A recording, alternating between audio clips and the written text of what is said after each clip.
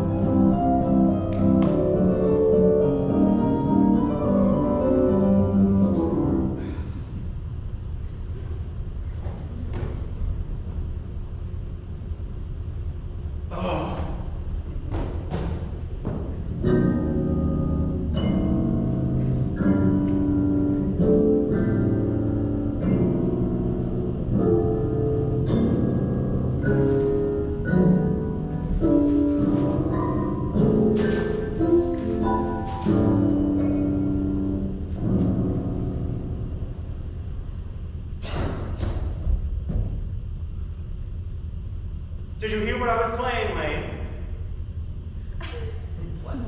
Did you hear what I was playing, Lane? I didn't think it's polite to listen, sir. I'm sorry for that, for your sake. I don't play accurately. Anyone can play accurately, but I play with wonderful expression. As far as the piano is concerned, sentiment is my forte. I keep science for life. Yes, sir. And speaking of the science of life, have you got the cucumber sandwiches cut for Lady Bracknell? Yes, sir.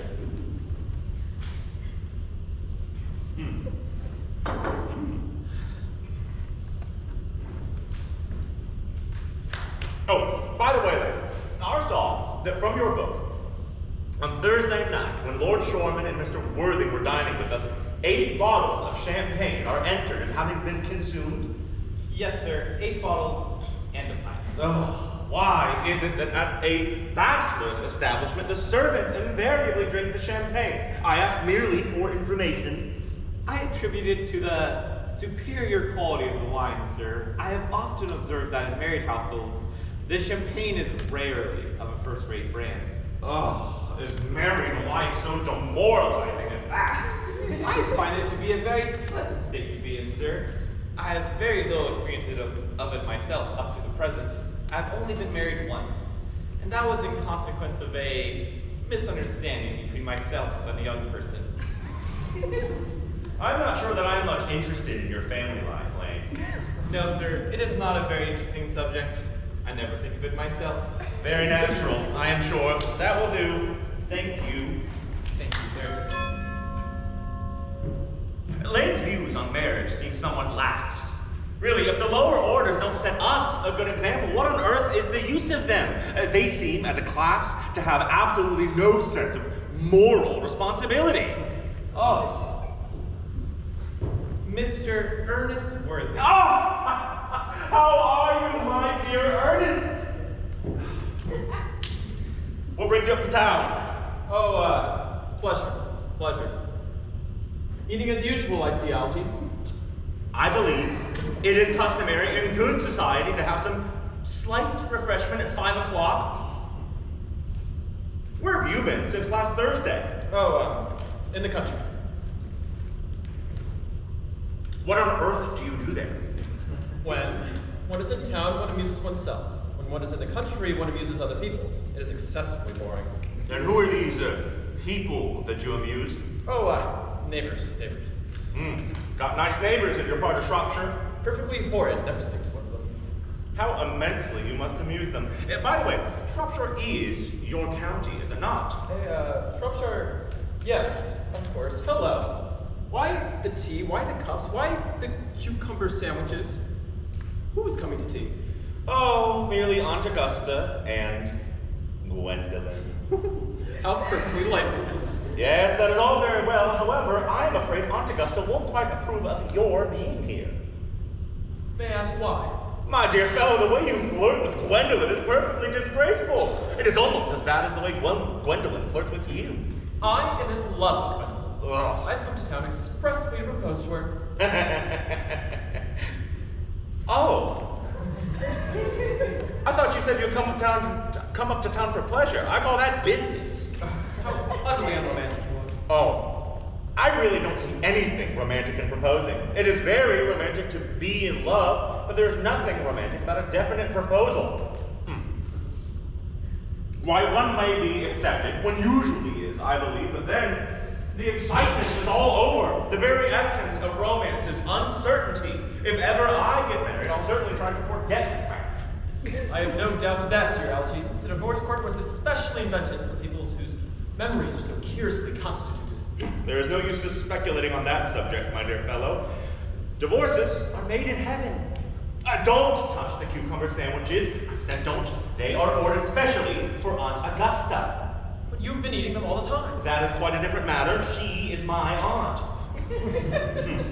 Have some bread and butter. The bread and butter is for Gwendolyn. Gwendolyn is devoted to bread and butter. And very good bread and butter it is, too. Yes, but you need not eat it as if you're going to eat it all. Oh, you behave as if you were married to her already. You are not married to her already.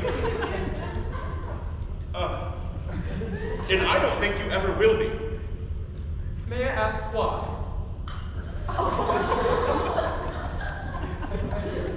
Well, in the first place, girls never marry the men they flirt with. Girls don't think it right. Oh, that is nonsense. It isn't.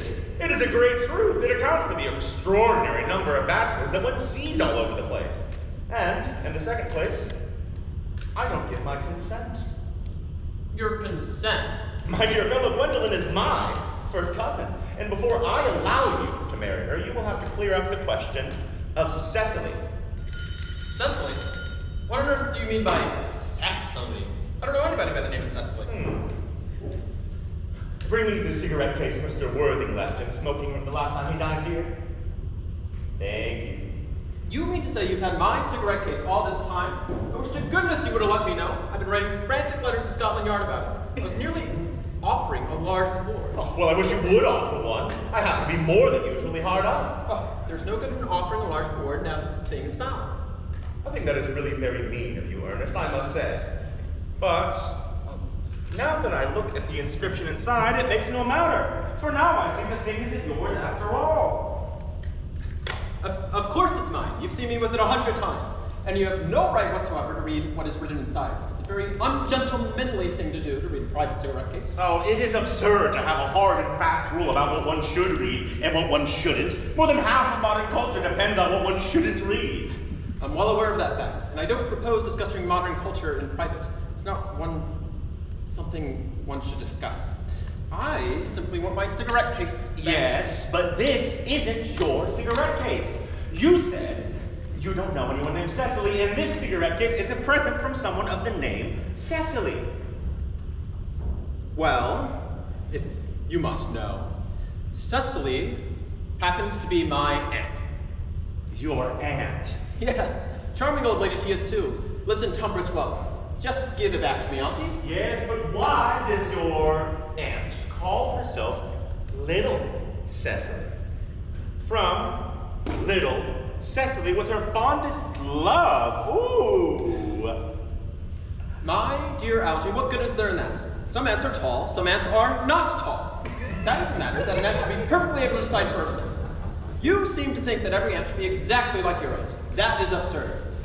For heaven's sake, just give me back my cigarette case. Yes, but why does your small aunt Cecily, who lives at Tunbridge Wells, call you her uncle? From Little Cecily, with her fondest love to her Uncle Jack. Well, I admit there is no objection to an ant being a small ant. Why an ant, no matter what her size may be, should call her own nephew her uncle, I can't quite make out. Besides, your name isn't Jack at all. It is Ernest. It isn't Ernest, it's Jack. Ah, you have always told me it was Ernest. I've introduced you to everyone as Ernest. You answer to the name of Ernest. You look as if your name were Earnest. You are one of the most earnest-looking people I ever saw in my life. It is perfectly absurd. You're saying your name is not Ernest. It is on your cards. Here is one of them. Mr. Ernest Worthing, B4, the Albany. I'll keep this as a proof your name is Ernest, if ever you attempt to deny it to me, or to Gwendolyn, or to anyone else for that matter. Well, my name is Ernest in town and Jack in the country, and the cigarette case was given to me in the country. Yes, but that did not account for the fact that your small Aunt Cecily, who lives at Tunbridge Wells, calls you her uncle. Now go on, old boy. You would much better have the thing out at once. My dear Algy, you talk exactly like a dentist. It's a very vulgar thing to talk like a dentist when one isn't a dentist. It produces a false impression. That is exactly what dentists always do. Now go on, tell me the whole thing. I may mention, I have always suspected you of being a secret and confirmed Bunburyist, and I'm quite sure of it now. Bunburyist? I'll reveal to you the meaning of that incomparable expression just as soon as you are kind enough to inform me why you are Ernest in town and Jack in the country. Well, produce my cigarette case first. Oh, here it is. Now produce your explanation, and pray, make it improbable. There's nothing improbable about my explanation at all. In fact, it is rather quite ordinary. The old late Mr. Thomas Cardew, who adopted me when I was a little boy, made me, in his will, guardian to his granddaughter, Miss Cecily Cardew. Cecily, who addresses me as her uncle under motives of respect that you cannot possibly appreciate, lives at my place in the country under the charge of her admirable governess, Miss Prison. Where is that place in the country, by the way? That is nothing to you, dear boy. You are not going to be invited. Is it in Shropshire? I may tell you candidly, it is not in Shropshire. I suspected that, my dear fellow. I've Bunburied all over Shropshire on 2 separate occasions. Now go on. Why are you Ernest in town and Jack in the country?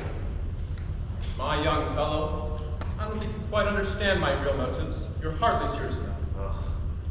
When one is placed in the position of guardian, one must adopt a high moral tone on all subjects. It's one's duty to do so.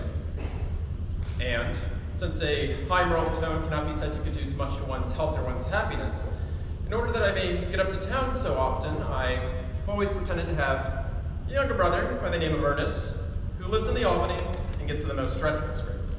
That is the whole truth, simple and pure. The truth is never pure and rarely simple. Modern life would be very tedious if it were either, and modern literature, a complete impossibility. That wouldn't at all be a bad thing. You, literary criticism is not your forte, my dear fellow. Don't try it. No, what you really are is a Bunburyist. I was quite right in saying you were a Bunburyist. You are one of the most advanced Bunburyists I ever knew. What on earth is a Bunburyist? You have invented a very useful younger brother called Earnest, in order that you may be able to go up to the town as often as you like. I have invented a very invaluable permanent invalid by the name of Bunbury, in order that I may be able to go down to the country as often as I choose. Bunbury is perfectly invaluable. If it wasn't for Bunbury's extraordinary bad health, for instance, I wouldn't be able to dine with your Willises tonight, for I've been really engaged to Aunt Augusta for more than a week. But I haven't asked you to dine anywhere with me tonight. I know. It is very careless of you. It's very foolish of you not sending out your invitations. Nothing annoys people so much as not receiving invitations. You much better dine with your Aunt Augusta. Oh, I haven't the faintest idea of doing anything of the sort. To begin with, I dine there on Monday, and once a week is more than enough to dine with one's own relations. And in the second place, whenever I do dine there, I am always treated as a member of the family, and set down with either no woman at all, or 2. And in the third place, I know precisely whom she will place me next to tonight. She's going to place me next to Mary Farquhar, who always flirts with her own husband across the dinner table. Ugh! That sort of thing is not very pleasant. Indeed, it is not even decent. And that sort of thing is enormously on the increase right now. The amount of women who flirt with their own husbands in London is perfectly scandalous. It looks so bad. It is simply cleaning one's own linens in public. Besides, now that I know you to be a confirmed Bunburyist, I naturally want to talk to you about Bunbury. I want to tell you all the rules. I am not a Bunburyist. If Gwendolyn accepts me, I'm going to kill my brother. Oh! In fact, I think I'll kill him at any rate, Cecily's a little too interested in him. It's rather a bore. So I'm going to get rid of my brother, and I strongly suggest you do the same with your invalid friend with that absurd name. Nothing will induce me to part with Bunbury. And if you ever get married, which to me seems extremely problematic, you'll be very glad to know Bunbury. Any man who marries without knowing Bunbury has a very tedious time of it. That is nonsense. Oh, it isn't. If you don't know Bunbury, then your wife will. You seem to not realize, my dear fellow, that when it comes to married life, 3 is company and 2 is none. That is the theory that the corrupt French drama has tried to propound for the last 50 years. Yes, and that the happy English home is proven in half the time. Is that cynical? It's so easy to be cynical. Oh, my dear fellow, it isn't easy to be anything nowadays. There's such a lot of beastly competition about. That would be Aunt Augusta. Only relatives or creditors ever ring in that Wagnerian manner. Now, if I get her out of the way for 10 minutes so that you might have an opportunity to propose to Gwendolyn, may I dine with you at Willis's tonight?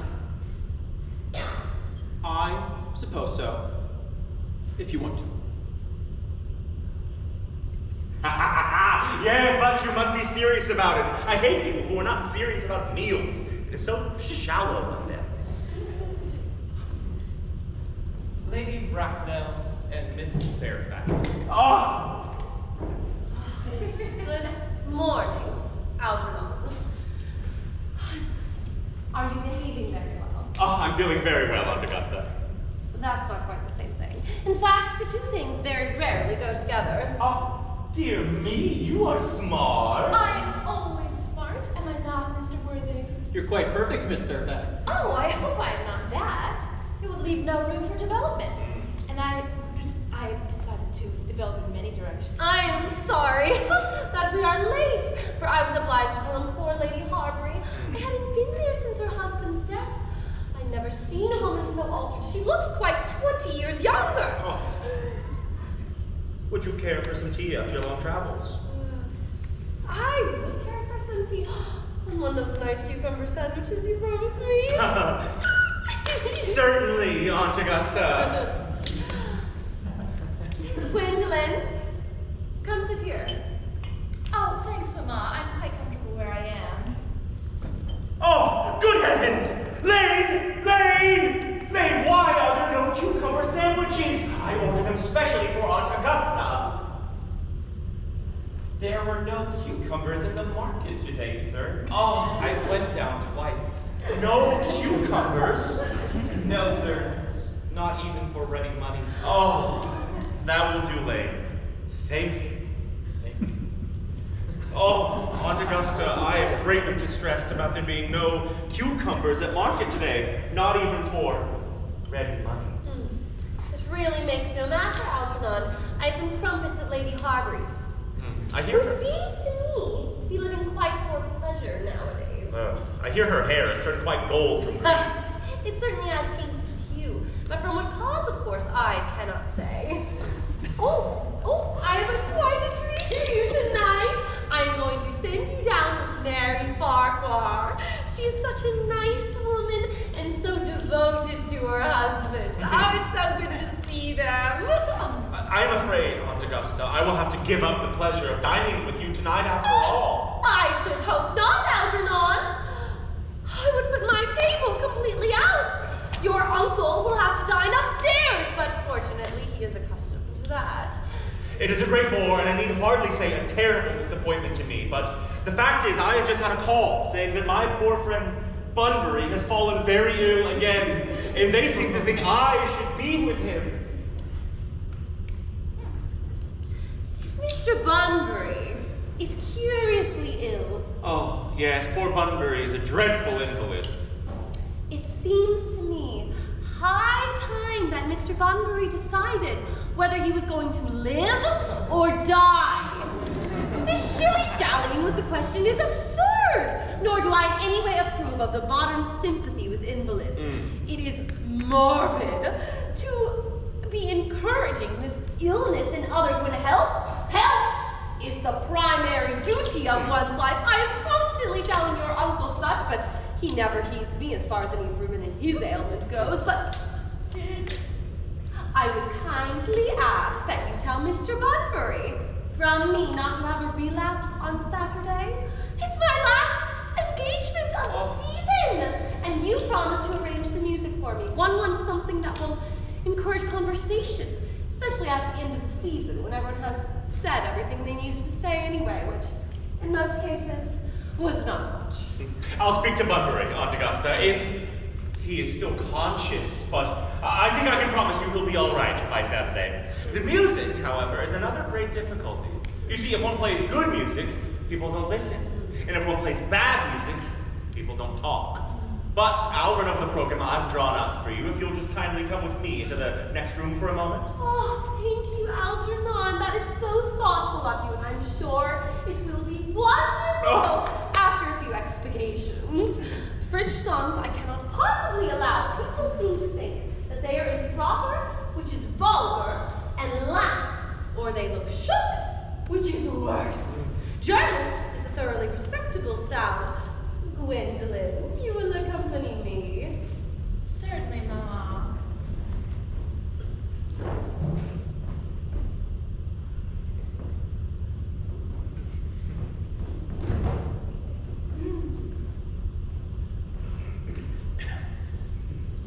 Charming day it has been, Miss Fairfax. Oh, pray don't talk to me about the weather. Whenever people talk to me about the weather, I always feel quite certain that they mean something else. And that makes me so nervous. But I do mean something else. I thought you did. In fact, I'm never wrong. And I'd like to take advantage of Lady Bracknell's temporary absence. I would certainly advise you to do so. Mama has a way of coming back suddenly into a room that I've often had to speak to her about. Miss Fairfax, ever since I have met you, I have admired you more than any other girl I have ever met since I met you. Yes, I'm quite well aware of the fact. And I often wish that, in public at any rate, you had been more demonstrative. For me, you have always had an irresistible fascination. Even before I met you, I was far from indifferent from you. We live, as I hope you know, Mr. Worthing, in an age of ideals. The fact is constantly mentioned in the more expensive monthly magazines, and has reached the provincial pulpits, I'm told. And my ideal has always been to love someone of the name of Earnest. There is something in that name that inspires absolute confidence. The moment Algernon first mentioned to me that he had a friend called Earnest, I knew I was destined to love you. You really love me, Gwendolyn. Passionately. Oh, darling, you don't know how happy you've made me. Oh, my own Earnest. But you don't mean to say that you could have loved me if my name wasn't Ernest, do you? But your name is Earnest. Yes, I know it is. But let's suppose, for the moment, it's something else. You don't mean to say you couldn't love me then, do you? That is clearly a metaphysical speculation. And like most metaphysical speculations, has very little reference at all to the actual facts of real life as we know them. Really, Gwendolyn, I don't think the name Ernest suits me at all. Oh, well, it suits you perfectly. It is a divine name. It has a music of its own. It produces vibrations. Really, Gwendolyn, I think there are a lot of much nicer names. I think Jack, for instance, a charming name. Jack. No, there is very little music in the name Jack, if any at all, indeed. It does not thrill. It produces absolutely no vibrations. I have known several Jacks, and they all, without exception, were more than usually played. Besides, Jack is a notorious domesticity for John, and I pity any woman who is married to a man called John. She would probably never know the endearing pleasure it is to have a single moment's solitude. The only really simple name is Earnest. Gwendolyn, I must get christened at once. I mean, we must get married at once. There's no time to be lost. Married, Mr. Worthing? Well, Yes, you know that I love you, and you've led me to believe, Miss Fairfax, that you're not entirely indifferent to me. I adore you. But you haven't even proposed to me yet. Nothing at all has been said about marriage. The subject has not even been touched on. Oh. May I propose to you now? I think it would be an admirable opportunity. and to keep you from any disappointment, Mr. Worthing, I think it only fair to tell you quite frankly beforehand that I am fully determined to accept you. Gwendolyn! Yes, Mr. Worthing. What have you got to say to me? But you know what I've got to say to you. Yes, but you don't say it.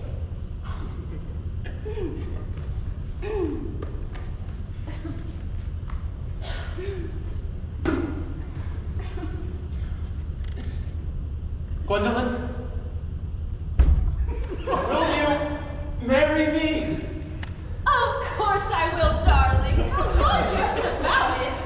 I'm afraid you've had very little experience in how to propose. My own one. I've never loved anybody in the world but you. Yes, but men often propose for practice. I know my brother Gerald does. All my girlfriends tell me so. What wonderfully blue eyes you have, Ernest. They are quite blue. I hope you will always look at me just like that, especially when there are other people present.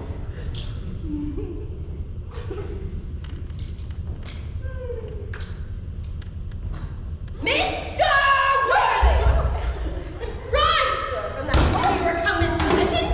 It is most indecorous. Oh, Mama, this is no place for you. I must beg you to retire. Mr. Worthing was not quite finished yet. Finish what, may I ask? I am engaged to Mr. Worthing, Mama. Ha! No. Pardon me. You are not engaged to anyone.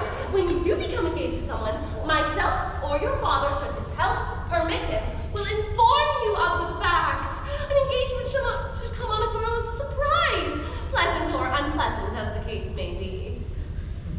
And now I must put some questions to you, Mr. Worthing. Gwendolyn, you will wait for me below in the car. Mama! Gwendolyn, the car! The car! Gwendolyn. Yes, Mama.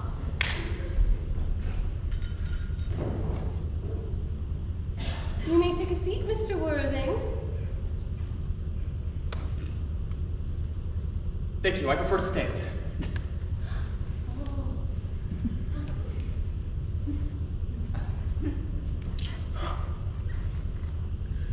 I feel bound to tell you that you are not included on any of my lists of eligible young men for matrimony.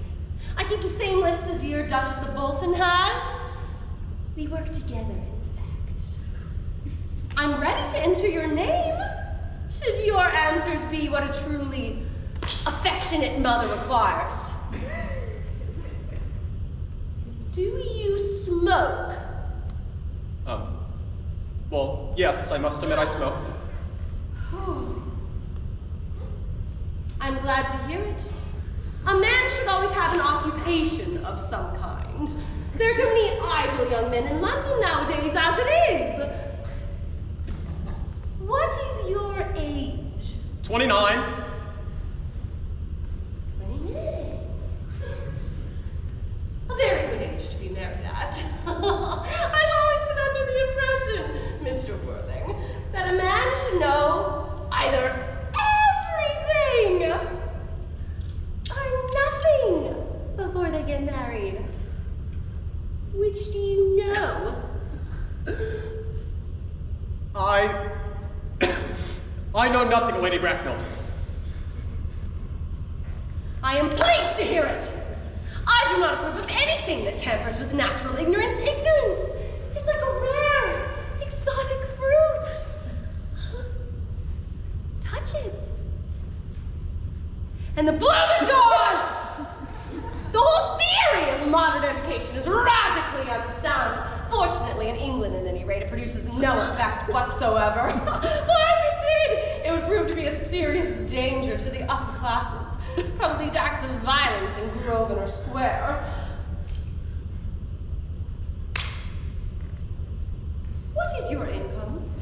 Between 7,000 and 8,000 a year. In land or investments? In investments, chiefly. That's not unsatisfactory. What with the duties expected of one during one's life and exacted from one after one's death? Land ceases neither to be a pleasure nor a profit. I do have a country house with some land, of course. About 1,500 acres. But I don't depend on that for my real income. As far as I can make it out, the poachers are the only ones who make anything of it. A country house? How many bedrooms? But that could be cleared up after the fact.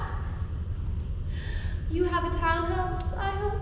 A girl with a sweet, simple, unspoiled nature like my Gwendolyn can hardly be expected to reside in the country. I own a house in Belgrave Square, but it is let by the year by Lady Bloxham. Lady Bloxham? I don't know her. She is extremely advanced in years. She goes about very little. Nowadays, that is no measure of respectability. What number in Belgrave Square? Number 149. The unfashionable side? I knew there was something! That could easily be altered. Do you mean the fashion or the side? Both! If necessary, I presume. What are your politics? I must say I don't really have any. I am a liberal unionist. Oh, they count as Tories! They dine with us, or they come in the evening at any rate. Now on to minor matters. Are your parents living? I've lost both my parents.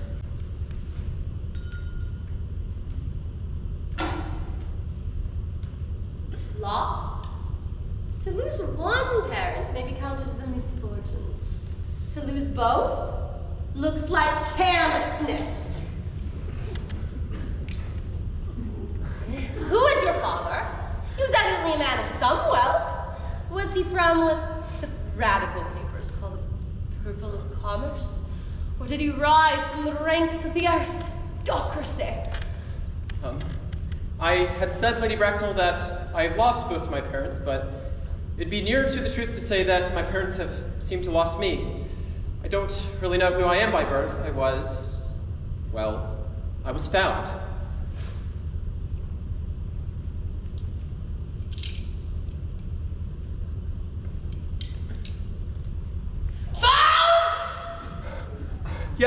Yes, the old late Mr. Thomas Cardew, a gentleman of very kindly and charitable disposition, found me when I was a little boy, and gave me the name of Worthing because he had a first-class ticket in his pocket at the time for Worthing.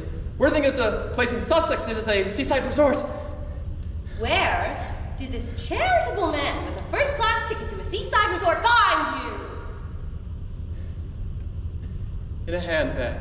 A handbag? Yes, a large, blackish brown handbag with handles to it. A somewhat ordinary handbag, come to think of it. In what locality does Mr. Thomas or James Carr find this ordinary handbag? The cloakroom at Victoria Station. It was given to him in mistake of his own. The cloakroom at Victoria Station? Yes, the Brighton line. The line is immaterial. Mr. Worthing, I confess I'm somewhat bewildered by what you've just told me. To be born, or at any rate, bred in a handbag, seems to me to call great contempt to the decencies of good society, and reminds one of the excesses of that scene during the French Revolution. And we know what that unfortunate event led to. As for the locality in which the handbag was found, a cloakroom at a railway station seems to conceal a social indiscretion. Has probably been used for that purpose before now. It can hardly be recognized as a basis for a recognized position in good society. But Lady Bracknell, I asked them what you would advise me to do. To say anything, I would do anything to ensure Gwendolyn's happiness. Mr. Worthing, I would strongly advise you to find some relations as soon as possible, and preferably at least one parent of either sex, for the season is quite out. I'm not really quite certain how I could do that. I can produce the handbag at any moment. I do believe that should suffice, your Lady Bracknell. Is that my dressing room at home? Me?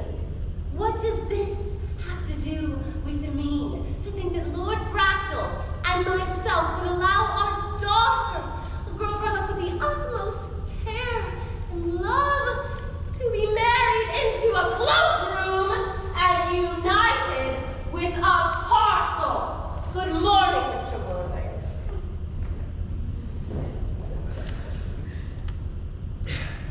Good morning! Algie, stop playing that ghastly tune! How idiotic are you? I said stop playing that! Oh! Didn't it go off all right, old boy? Ooh. You don't mean to say Gwendolyn refused you? Oh, I noticed the way she has. She's always refusing people. I think it is most ill-natured of her. Oh, Gwendolyn is as right as a trivet. And as far as she's concerned, we're engaged. Her mother, on the other hand, is an absolute gorgon. I've never met such a gorgon in my life. I don't exactly know what a gorgon is like, but I'm quite certain Lady Bracknell is one. At any rate, she's a monster without being a myth, and that is rather unfair! Sorry, Algie, I suppose I shouldn't speak to you about your aunt in front of you like that. Oh, my dear boy, I love hearing my relations abused. It is the only thing that makes me put up with them at all. Relations are simply a tedious pack of people who haven't the remotest idea of how to live or the faintest idea of when to die. Oh, that is nonsense. It isn't. Well, I don't want to argue about the matter. You always want to argue about things. Well, that is exactly what things were originally made for. Upon my word, if I thought that, I'd shoot myself. Who? Oh, you don't think there's any chance of Gwendolyn becoming like her mother in 150 years, do you, Algie? All women become like their mothers. That is their tragedy. No man does. That's his. Is that clever? It is perfectly phrased, and quite as true as any observation in modern life ought to be. I am sick to death of cleverness. Everywhere you go now, you meet clever people. I wish to goodness we had a few fools left. We have. I should extremely like to meet them. What are they talking about? The fools. Oh, they talk about the clever people, of course. What fools? By the way, did you tell Gwendolyn the truth about your being Earnest in town and Jack in the country? The truth is not something you tell a nice, sweet, refined girl. What odd ideas you have about the way to behave to a woman. The only way to behave to a woman is to love her if she is pretty, and to love someone else if she is plain. That is nonsense. It isn't. But what about your brother? What about the profligate Earnest? Oh, before the end of the week, I shall say he died in Paris of apoplexy. A lot of people die of apoplexy too, and quite some way. Yes, but it's hereditary. The sort of thing that runs in families. You had much better say he died of a severe chill. Are you sure that isn't hereditary? Of course it isn't. But I thought you said Miss Cardew was a little too much interested in your poor brother Ernest. Won't you feel his loss a good deal? Oh, I'm glad to say that Cecily is not a silly romantic. She goes for long walks, has a capital appetite, pays absolutely no attention to her listeners. I should quite like to meet this Cecily. I'll make very good certain you never do. She's excessively pretty and only just 18. Does Gwendolyn know that you have an excessively pretty ward who is only just 18? Oh, one doesn't blurt out these things in public. Gwendolyn and Cecily are perfectly certain to be great friends. I bet you anything you like that half an hour after their meeting, they'll be calling each other sister. Women only do that after they call each other a lot of other things first. Now, come on, old boy. If we want to get a good table at Melissa's, we really must go and dress. Do you know it is nearly 7? Oh, it is always nearly 7. Well, I'm hungry. I never knew you when you weren't. Well, what shall we do after dinner? Go to a theater? No, I loathe listening. Well, we might go to the club. No, I hate talking. We might trot round the Empire at 10. Oh, I can't bear looking at things. It's all so silly. Then what shall we do? Nothing. Nothing. Oh, it is awfully hard work doing nothing. But I don't mind hard work when there is no definite object of any kind. Just fair facts. Gwendolyn, I put my word. Algie, kindly turn your back. I have something very particular to say to Oh, this morning. really? Gwendolyn, I don't think I can allow this at all. Algie, you always adopt a strictly immoral attitude towards life. You're not quite old enough to do that. My own one. Ernest, we may never be married. From the expression on Mamma's face, I fear we never shall. Few parents nowadays pay any regard to anything that their children say to them. The old-fashioned respect for the young is fast dying out.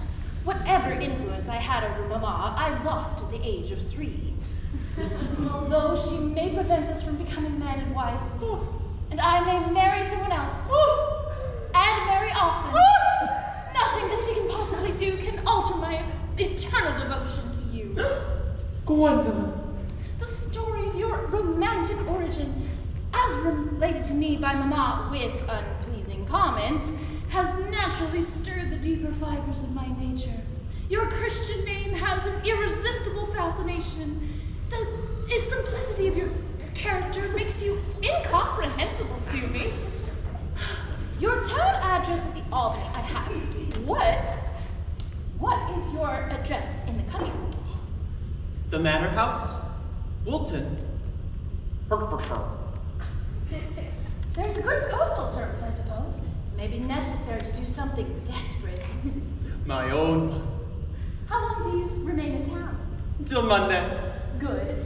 Algie, you may turn round now. Thanks, I've done so already. You may also ring the bell. What? It's over here. You will let me see you out to Miss Fairfax? Certainly.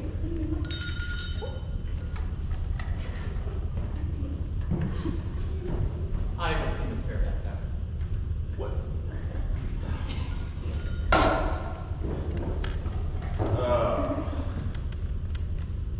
A glass of sherry, Lang.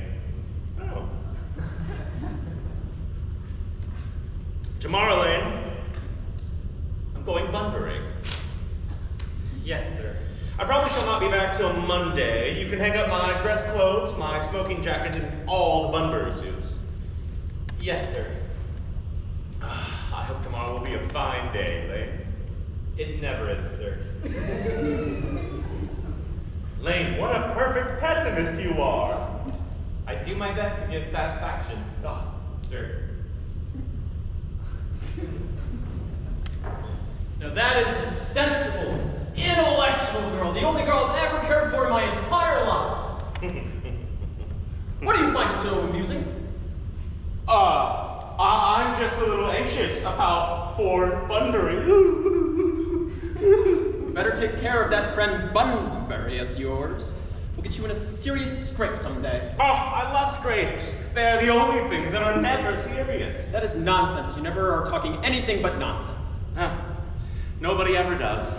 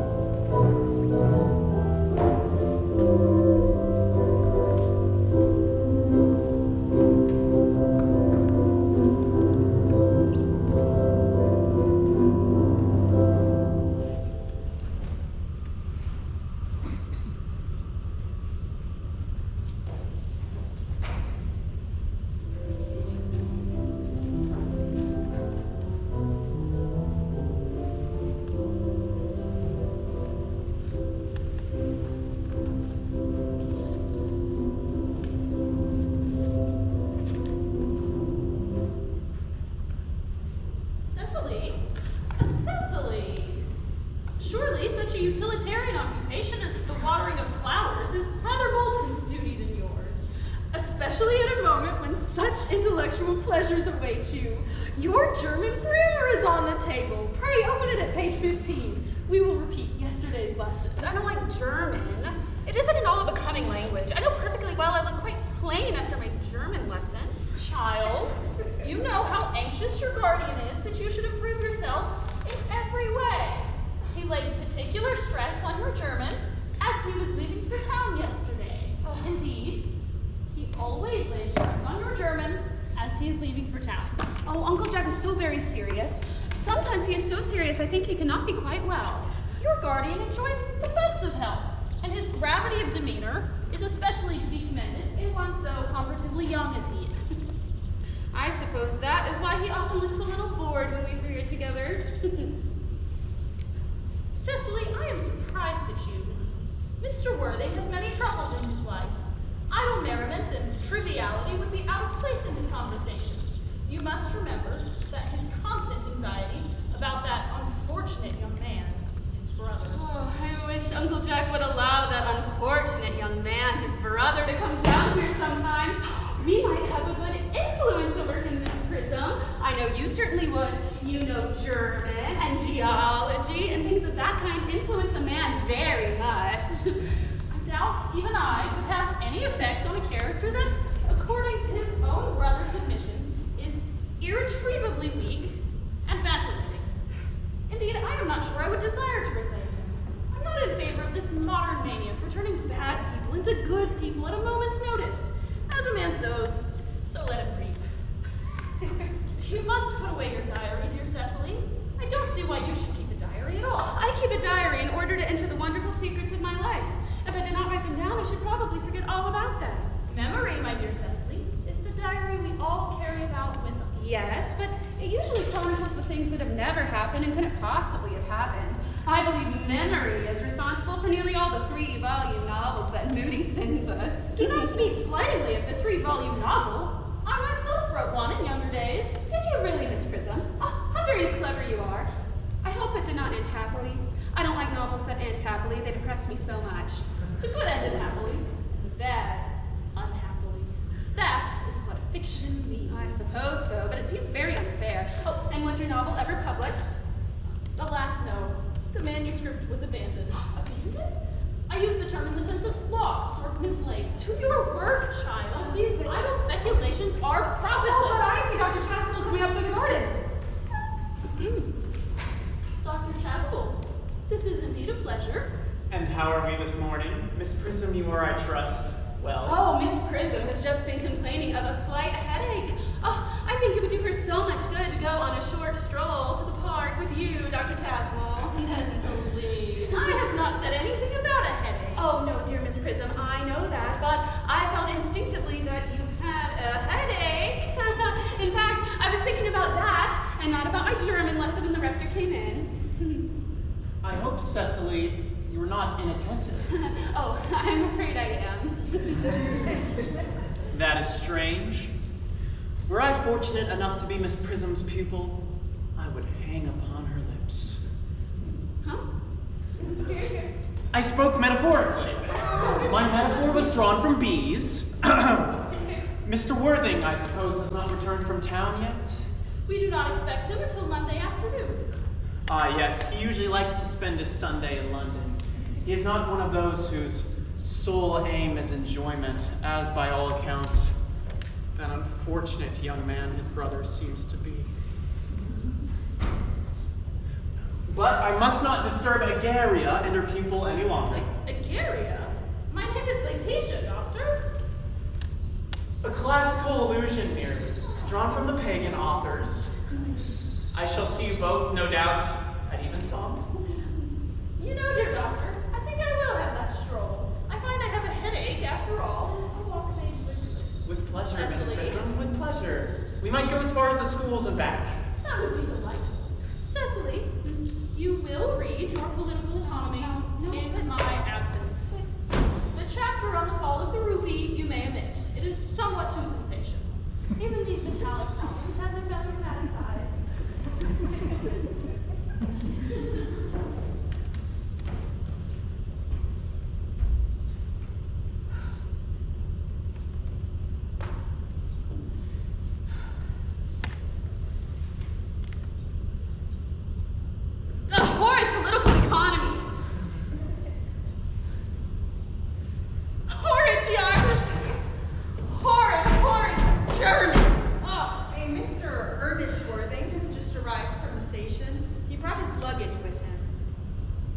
Mr. Ernest Worthing, B4, the Albany, W. Uncle Jack's brother! But did you tell him that Mr. Worthing was in town? I did. He seemed very disappointed. I told him you and Miss Prism were in the garden. He seemed anxious to speak with you privately for a moment. Pray ask Mr. Ernest Worthing to come out here, and I suppose you had better talk to the housekeeper about a room for him. Yes, miss. I've never met any really wicked person before. I feel very frightened. I'm afraid he'll look like everybody else. He does! You are my little cousin Cecily, I am sure. You are under some strange mistake. I am not little. In fact, I think I'm more than usually tall for my age. But I am your cousin Cecily. You, I see from your card, are Uncle Jack's brother, my cousin Ernest, my wicked cousin Ernest. Oh, I'm not really wicked at all. Cousin Cecily, you mustn't think that I am wicked. Well, if you are not, then you have certainly been deceiving us all in a very inexcusable manner. I hope you've not been leading a double life, pretending to be wicked but being really good all the time. That would be hypocrisy. Indeed, I have been rather reckless. I'm glad to hear it. Now that you bring up the subject, I have indeed been bad in my own small way. I don't think you should be so proud of that, though I'm sure it must have been very pleasant. Oh, it is much pleasanter being here with you. I don't see you here at all. Uncle Jack won't be back until Monday afternoon. Oh, that is a great disappointment. Oh, I am obliged to go up by the first train on Monday morning. I have a business appointment that I am anxious to miss. Couldn't you miss it anywhere but in London? No. The appointment is in London. Well, I know, of course, how important it is not to keep a business engagement if one wants to retain any sense of the beauty of life, but still, I think you had better wait until Uncle Jack arrives. I know he wants to talk to you about your immigrating. About my what? About your immigrating. He has gone up to buy your outfit. Oh, I certainly wouldn't let Jack buy my outfits. He has no taste in neckties at all. I don't think you should be requiring neckties. Uncle Jack is sending you to Australia. Oh, Australia? I'd sooner die. Well, at dinner on Wednesday night, he said you would have to choose between this world, the next world, and Australia. Well, I am not particularly fond of the reports or accounts I have received on Australia or the next world. This world is good enough for me, Cousin Cecily. Yes, but are you good enough for it? I am afraid I am not. That is why I was hoping you might reform me. You might make it your mission if you are not too busy, of course. I'm afraid I've no time this afternoon. Oh, well, would you mind my reforming myself this afternoon? It is rather quixotic of you, but I think you should try. I will. Ah, I feel better already. You are looking a little worse. Oh, that is because I'm hungry. Oh, how thoughtless of me. I forgot that when one is going to lead an entirely new life, one always requires regular and wholesome meals. Do come in. Thank you, but I think I should have a buttonhole first. I really have no appetite at all until I have a buttonhole first. A Marie-style meal. I think I'd rather have a pink rose. Why? Because you are like a pink rose, doesn't Cecily? I don't think it can be right for you to talk to me like that. Miss Prism never says such things to me. Well, then Miss Prism is a short-sighted old fool. You are the prettiest girl I ever saw. Miss Prism says all good looks are a snare. A snare that every sensible man would like to be caught in. I don't think I should like to catch a sensible man. I should know what to talk to him about. You were too much alone, dear Dr. Chasuble. You should get married. Oh, misanthrope I can understand. A womanthrope, never. Believe me, I do not deserve so neologistic a phrase. The precept as well as the practice of the primitive church was distinctly against matrimony. That is obviously the reason why the primitive church has not lasted up to the present day. Besides, you forget that by persistently remaining single, a man converts himself into a permanent public temptation. This very celibacy leads weaker vessels astray. But is a man not equally attractive when married? No married man is ever attractive, except to his wife. And often I've been told, not even to her. That depends on the intellectual sensibilities of the woman. Maturity can be depended on. Ripeness can be trusted. Young women are greedy. Oh. I spoke horticulturally. My metaphor is drawn from fruits. But where's Cecily? Perhaps she followed us to the schools.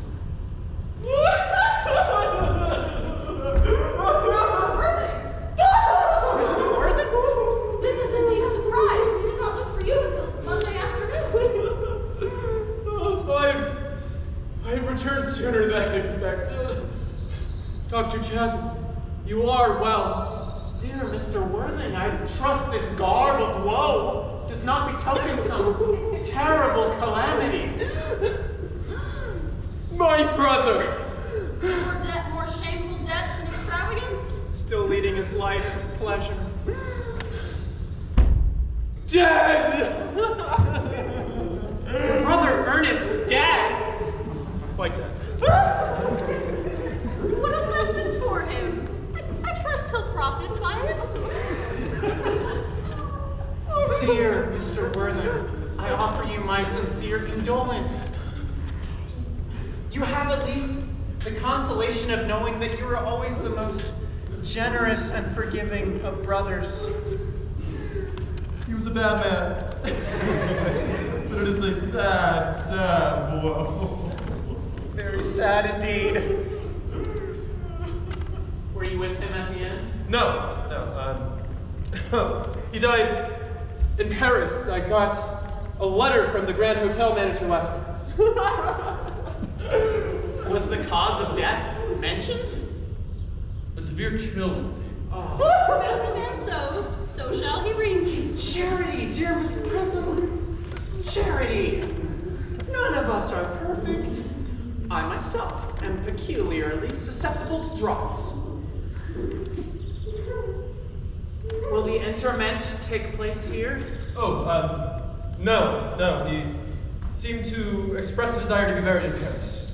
In Paris? In Paris. I fear that hardly points to any very serious state of mind at the last. You would no doubt wish me to make some slight allusion to this tragic domestic affliction next Sunday. My sermon on the meaning of the manna in the wilderness can be adapted to any occasion, joyful or, as in the present case, distressing. I have preached it at harvest celebrations, christenings, confirmations, on days of humiliation, and festival days. The last time I delivered it was in the cathedral as a charity sermon on behalf of the Society for the Prevention of Discontent among the upper orders. The bishop, who was present, was much struck by some of the analogies I drew. I think I heard you mention christening. You do know how to christen, all right, don't you? It is, I regret to say, one of the rector's most constant duties in this parish. I have often spoken to the poorer classes on the subject, but they don't seem to know what thrift is. But is there any particular infant in whom you are interested, Mr. Worthing? Your brother was, I believe, unmarried. Was he not? Of course. Those who live entirely for pleasure usually are. But it is not for my brother's children that I wish a christening, but for myself. This afternoon, if you have nothing better to do. But surely, Mr. Worthing, you've been christened already. I don't remember anything about it. But have you any grave doubts on the subject? I intend to have. Unless the thing would bother you of any kind, or you think I'm too old. Not at all. Sprinkling and indeed immersion of adults is perfectly canonical practice. Immersion? You need have no apprehensions, Mr. Worthing. Sprinkling is all that is necessary, or indeed I think advisable. Our weather is so changeable. At what hour would you wish the I trot around about 5, that'll do. Perfectly, perfectly. In fact, I have a case of, I have two ceremonies as well to perform at that same time. A case of twins that occurred recently in one of the outlying cottages on your own estate. Poor Jenkins the carter, a most hardworking man. I'm not sure if I quite like the idea of being christened alongside other babies. Would 5:30 do? Admirably, admirably. And now, dear Mr. Worthing, I will not intrude any longer into a house of sorrow. I would merely beg you not to be too much bowed down by grief.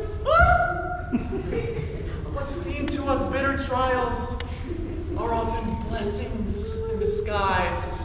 This seems to me to be a blessing of a rather obvious kind.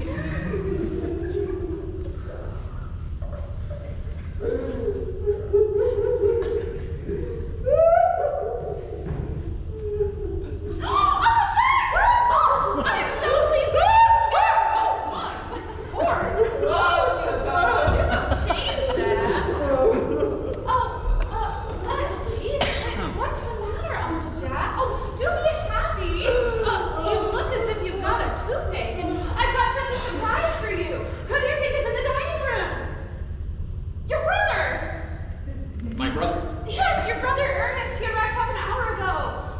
But I haven't got a brother. Oh, don't say that. No matter how badly he behaved to you in the past, he is still your brother. You couldn't be so heartless as to disown him. I'll tell him to come out, and you will shake hands with him. Won't you, Uncle Jack?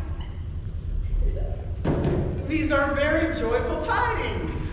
After we had all been so resigned to his loss, his son's return seems to me peculiarly distressing. My brother in the dining room. I don't know what all this means. I think it's perfectly absurd. Good heavens!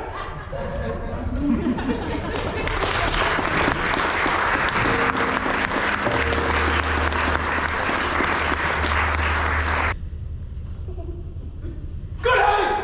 Oh, Brother John, I have come down from town to tell you that I am very sorry for all the troubles that I have given you, and that I intend to lead a better life in the future. Oh! Uncle Jack, you are not going to refuse your own brother's hand. Oh! Nothing will induce me to take that man's hand. I think he's coming down here disgraceful. He knows perfectly well why. Oh, Uncle Jack, be nice. There is some good in everyone. Ernest has just been telling me about his poor invalid friend, Mr. Bunbury, whom he goes so often to see. And surely there must be much good in one who is kind to an invalid and leaves the pleasures of London to sit by a bed of pain. Oh, he's been talking to you about Bunbury, has he? Yes, he has told me all about poor Mr. Bunbury in his terrible state of health. Well, I won't have him be talking to you about Bunbury or anyone else.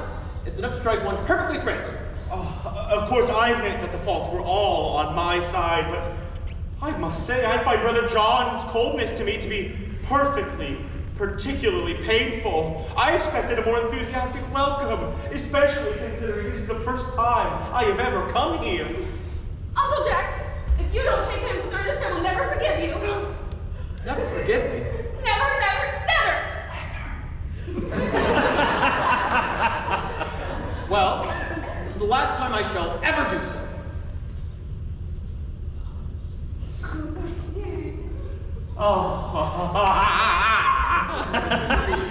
It's pleasant, is it not, to see so perfect a reconciliation? I think we might leave the two brothers together. Cecily, you will come with us. Certainly, Miss Prism. My little task of reconciliation is over. You have done a beautiful action today, dear child. We must not be premature in our judgments. I feel very happy. You young scoundrel, Algie! I can't believe you are here. I don't allow any Bunbury.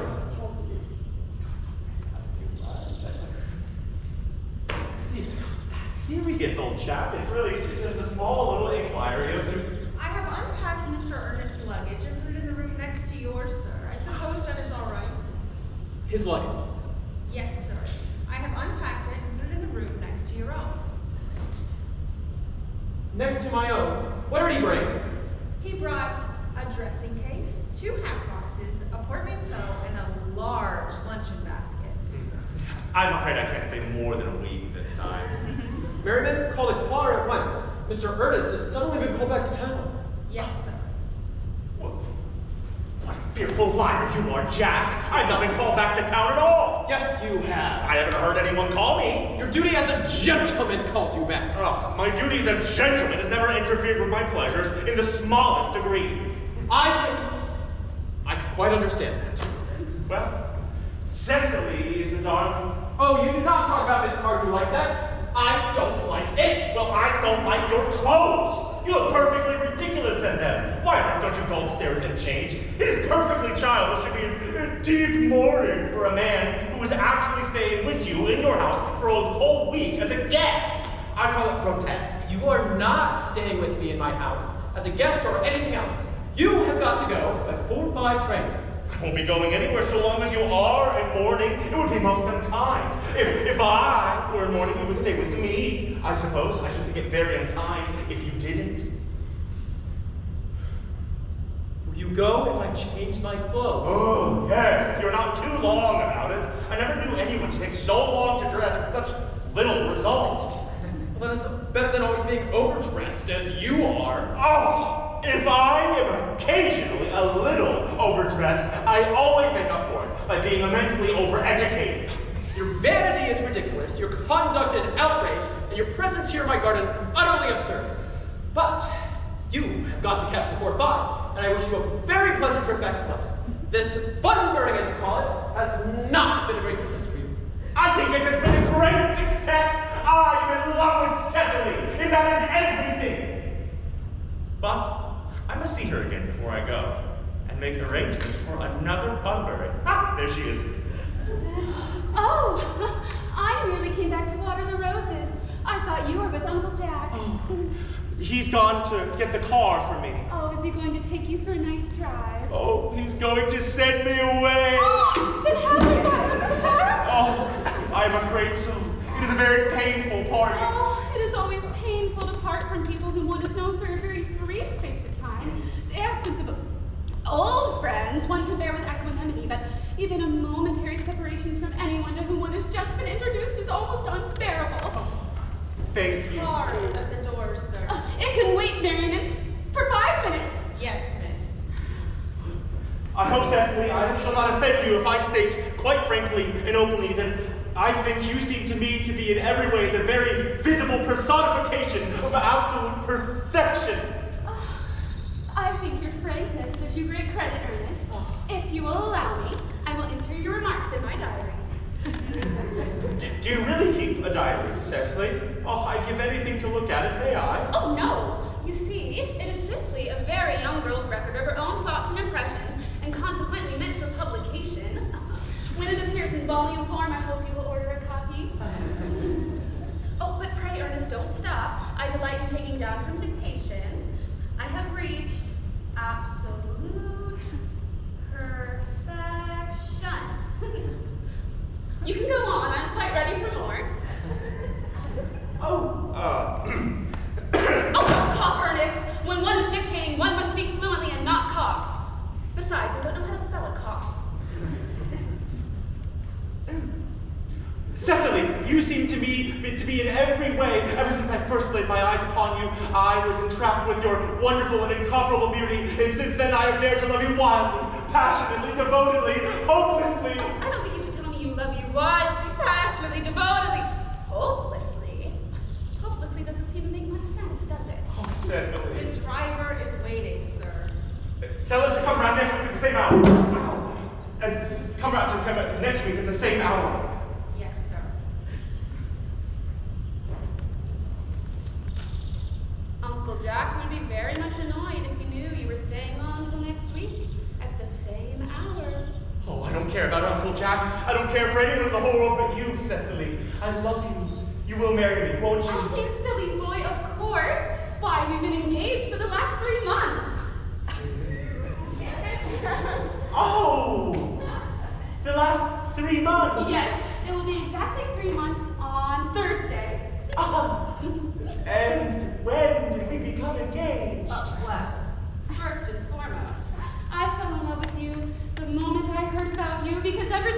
dear Uncle Jack first confessed to us that he had a really, really wicked younger brother, you, of course, formed the chief topic of conversation between myself and Miss Prism. And of course, a man who is very often talked about is always very attractive. One seems to think there must be something in him after all. I dare say it was foolish of me, but I fell in love with you, Ernest. Oh, darling. And you proposed on February the 14th. Worn out by my just constant love for you and your complete ignorance of myself, I resolved to end the matter one way or the other. And after a long struggle with myself, I accepted you under this dear old tree here. The next day, I bought this little ring in your name. And this is the little bangle with the true lover's knot I promised you always to wear. It's very pretty. Did I buy you these? Oh, yes. You've wonderfully good taste, Ernest. It's the excuse I've always given for your leading such a bad life. Oh, and this is the box in which I keep all your dear letters. Oh, my letters! But my own dear, sweet Cecily, I haven't written you any letters. You need hardly remind me of that, Ernest. I remember only too well I was forced to write your letters for you. I wrote always 3 times a week and sometimes oftener. Ah. Would you let me read them, Cecily? I couldn't possibly. They would make you far too conceited. The 3 you wrote me after I broke off the engagement are so beautiful and so badly spelled that even now I can hardly read them without crying a little. But was our engagement ever broken off? Of course it was, on the 22nd of last March. You can see the entry if you like.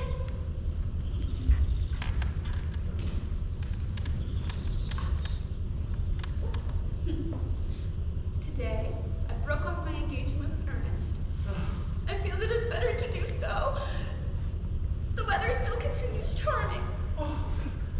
Why on earth did you break off our engagement, Cecily? What had I done? I had done nothing at all. Cecily, I am very hurt indeed to hear that you broke off our engagement, particularly when the weather was so charming. Well, it would hardly have been a really serious engagement if it hadn't been broken off at least once. But I forgave you before the week was out. Oh, Cecily, what a perfect angel you are. Dear romantic boy. I hope your hair curls naturally, does it? Yes, with a little help from others. I'm so glad. You'll never break off our engagement again, Cecily. I don't think I could break it off now that I've actually met you. Oh.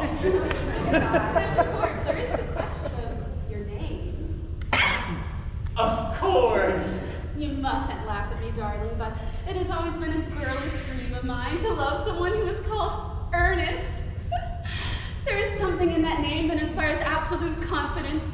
I pity any poor married woman whose husband is not called Earnest.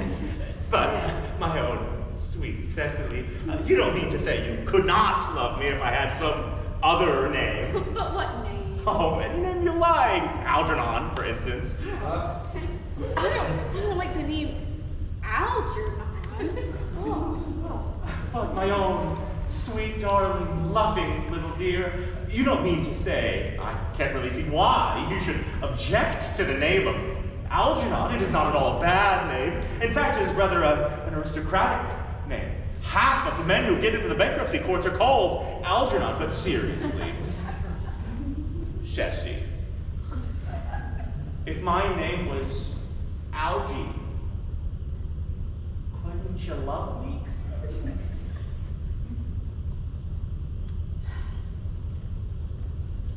I might respect you, Ernest. I might admire your character, but I fear I should not be able to give you my undivided attention. Cecily, your rector here is, I believe, well, thoroughly practiced in all the practices and rites of the ceremonials of the church. Oh, yes, Dr. Chasuble is a most learned man. He has never written a single book, so you can imagine how much he knows. I must even know once about a most important most important business. Oh? I shan't be away more than half an hour. Well, considering that we've been engaged since February the 14th, and that I only met you today for the first time, I think it's rather hard that you should leave me for so long a period as half an hour. How do you make it 20 minutes? I shall be back in no time. Oh, what an impetuous boy he is. I like his hair so much. I must enter his proposal in my diary. A Miss Fairfax has just called to see Mr. Worthing on very important business, Miss Fairfax states. Isn't Uncle Jack in his library? He went over in the direction of the rectory some time ago. Well, ask the lady to come out here. I'm sure Mr. Worthing will be home soon. And you can bring tea. Yes, miss. Miss Fairfax. I suppose one of the good elderly women who's associated with Uncle Jack and his philanthropic work in London.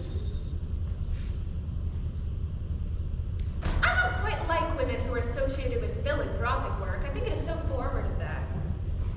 Miss Fairfax.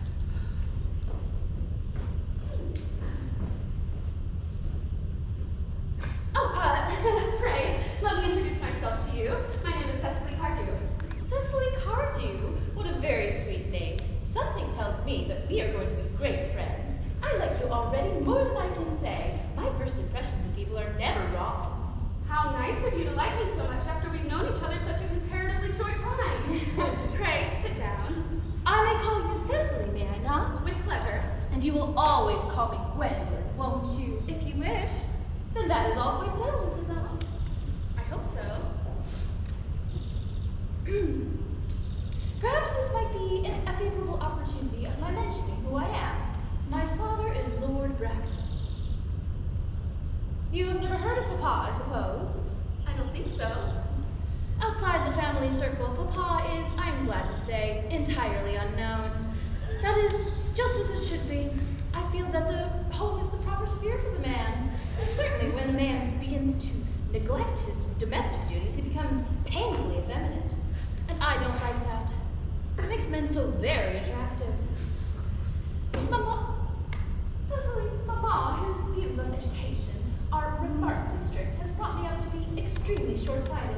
So would you mind if I looked at you through my glasses? Oh, not at all, Gwendolyn. I'm very fond of being looked at. You were here for a short visit, I suppose? Oh, no, I live here. Indeed. Your mother, no doubt, or a female relative of advanced years, resides here also? Oh, no. I have no mother, nor in fact any relations. Indeed. Oh, my dear guardian, with the help of Miss Prism, has the arduous task of looking after me. Your guardian? Yes, I'm Mr. Worthing's ward. Oh!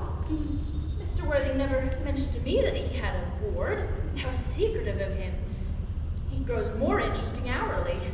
I'm not sure, however, that the news inspires me with feelings of unmixed delight. I'm very fond of you, Cecily. I've liked you ever since I met you. But now that I know that you're Mr. Worthing's ward, I can't help expressing a wish that you were, well, just a little older than you seem to be, and not quite so very alluring in appearance.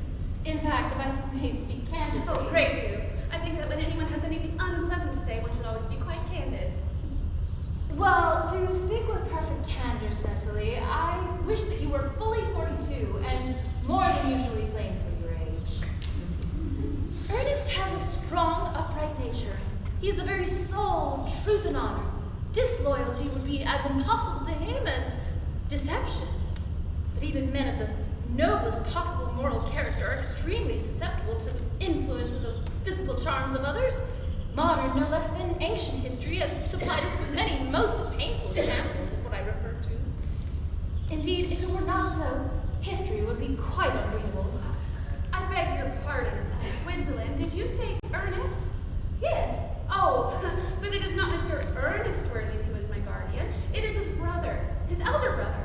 Ernest never mentioned to me that he had a brother. Oh, I'm sorry to say they have not been on good terms for a long time. Ah, that accounts for it. In fact, now that I think of it, I've never heard any man mention his brother. The subject seems distasteful to most men. Cecily, you have lifted a load from my mind. I was growing almost anxious. It would have been terrible if a cloud had come over a friendship like ours. But you are quite sure that it is not Mr. Ernest Worthing who is your guardian? Quite sure. In fact, I am going to be his. I beg your pardon? Oh, dearest Gwendolyn, there's no reason I should make a secret of it to you. Our little county newspaper is sure to chronicle the fact next week. Mr. Ernest Worthing and I are engaged to be married. My darling Cecily, I feel there must be some slight error. Mr. Ernest Worthing is engaged to Me? The announcement will appear in the Morning Post on Saturday at the latest. You must be under some misconception. Ernest proposed to me exactly 10 minutes ago. It is certainly very curious for Mr. Ernest Worthing proposed to me yesterday afternoon at 5:30. I never travel without my diary. One should always have something sensational to read on the train. I am so sorry, Cecily, if it is any disappointment to you, but I'm afraid I have a prior claim. It would distress me more than I can say, dear Gwendolyn, if it caused you any mental or physical anguish, but I feel bound to point out that since Ernest proposed to you, he clearly has changed his mind. If the poor fellow has been entrapped into any foolish promise, I shall consider it my duty to rescue him at once, and with a firm hand. Whatever unfortunate entanglement my dear boy may have got himself into, I will never reproach him with it once we are married. Do you allude to me, Miss Cardew, as an entanglement? You are presumptuous, and an occasion of this kind, it becomes more than a moral duty to speak one's mind. It becomes a pleasure. Do you suggest, Miss Fairfax, that I entrapped Ernest into an engagement? Oh, how dare you! This is no time for the shallow mask of manners. When I see a spade, I call it a spade. Well, I'm glad to say that I have never seen a spade. It is obvious that our social spheres have been widely Shall we here, as usual, miss? Yes, as usual.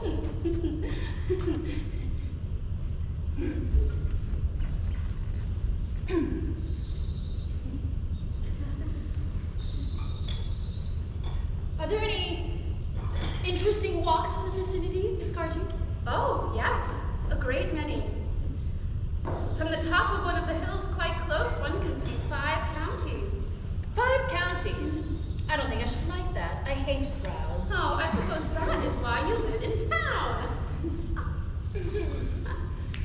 Quite a welcome garden, Miss Cardew. So glad you like it, Miss Fairfax.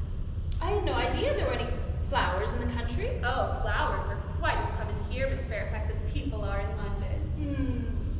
Personally, I cannot understand how anybody manages to exist in the country, if anybody who is anybody does. The country always bores me to death. Ah, that is what the newspapers call agricultural depression, is it not? The aristocracy, it seems, are suffering very much from it just at present. It is almost an epidemic amongst them, I've been told. Oh, can I offer you some tea, Miss Fairfax? Thank you, yes. Detestable girl, but I require tea.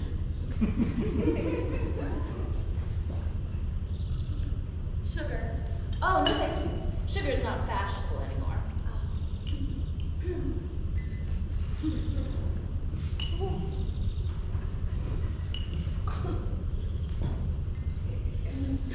Cake or bread and butter? Bread and butter, please. Cake is rarely seen at the best houses nowadays.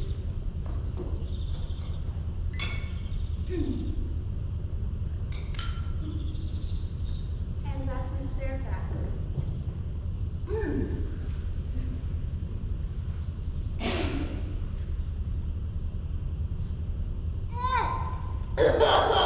Oh, you have filled my tea with lots of sugar, and though I asked you most specifically for bread and butter, you have given me cake. I am known for the gentleness of my disposition and the extraordinary sweetness of my nature. But I warn you, Miss Cardew, you may go too far. To save my poor, innocent, trusting boy from the machinations of any other girl, there are no links to which I would not go. From the moment I saw you, I felt you were deceitful and false. I am never deceived in such matters. My first impressions of people are invariably right. Oh, it seems I am trespassing on your valuable time, Miss Fairfax.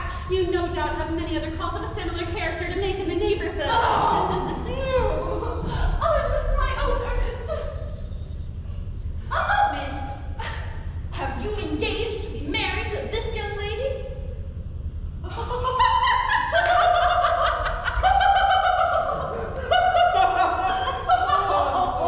So, Miss Cardew, what could put such a silly little idea in her head?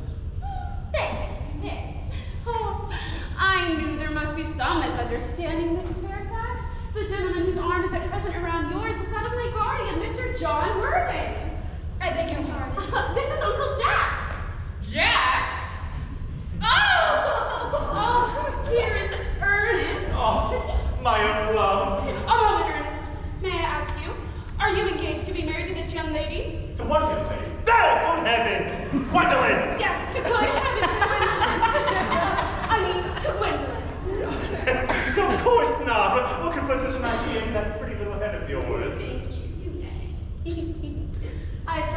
be some slight error. The gentleman whose arm you're putting your arm around is my cousin, Mr. Algernon Moncrief. Algernon Moncrief? Oh! Are you called Algernon? I cannot deny it.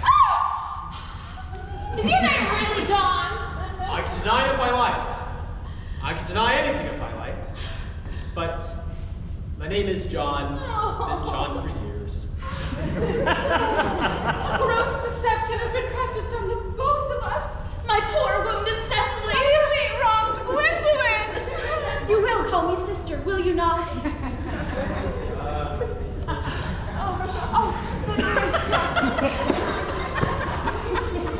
There is just one question I would like to be allowed to ask my guardian. An admirable idea.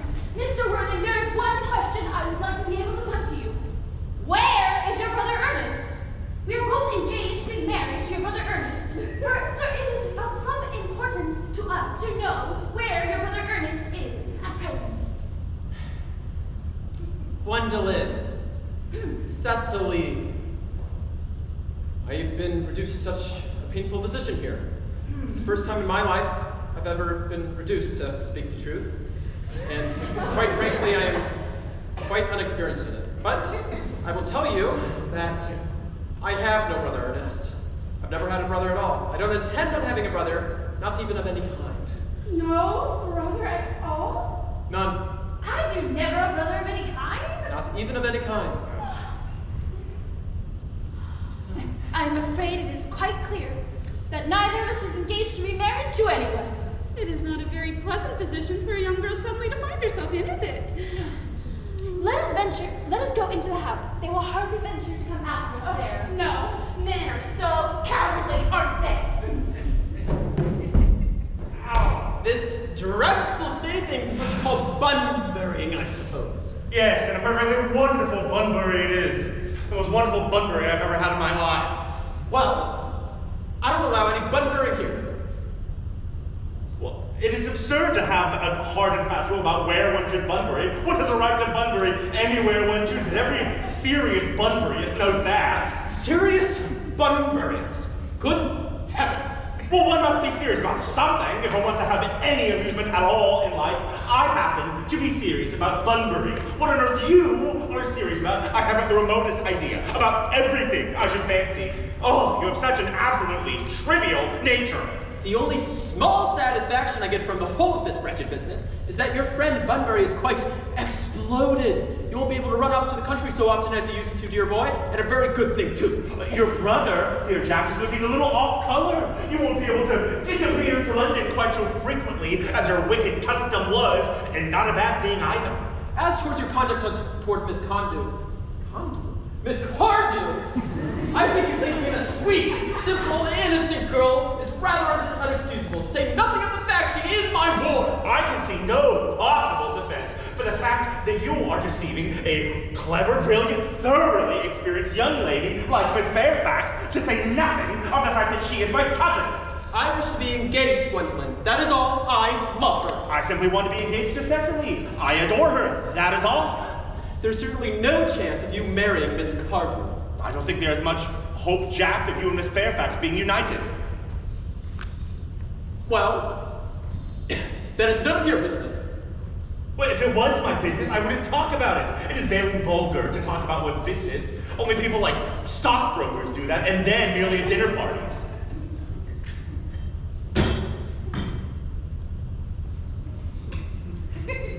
How you could be calmly sitting there eating muffins while we're in this dreadful trouble, I cannot make out. You seem to me perfectly harmless. Well, I can't eat muffins in an agitated manner. The butter would get on my cuffs. I think it perfectly heartless you're eating muffins at all, given the circumstances. When I am in trouble, eating is the only thing that consoles me. Indeed, when I am in really great trouble, as anyone who knows me intimately would tell you, I refuse everything except food and drink. At the present moment, I'm eating muffins because I am unhappy. Besides, I am particularly fond of muffins. Well, that doesn't mean you should be eating them all in that greedy manner. Jack, I wish you would have tea cake instead. I don't like tea cake. My goodness, I suppose a man may eat his own muffins in his own garden. I thought you said it was perfectly heartless for a man to be eating muffins. I said it was perfectly heartless for you to eat muffins, considering the circumstance. That may be, but the muffins are the same. Algie, I wish to goodness you would just go. You cannot possibly ask me to go without having dinner. It is absurd. I never go without my dinner. Nobody ever does, except vegetarians and people like that. Besides, I have made arrangements with Dr. Johnson to be christened at 5:45 under the name of Earnest. The sooner you give up that nonsense, the better, dear Algie. I have made arrangements myself this afternoon to be christened with Dr. Chasuble, and I will naturally take the name of Earnest. Gwendolyn would wish it. We can't both be christened Earnest. That would be absurd. Besides, you've been christened before. There's no evidence at all that I've been christened, and I think it's extremely likely I never have. And so does Dr. Chasuble.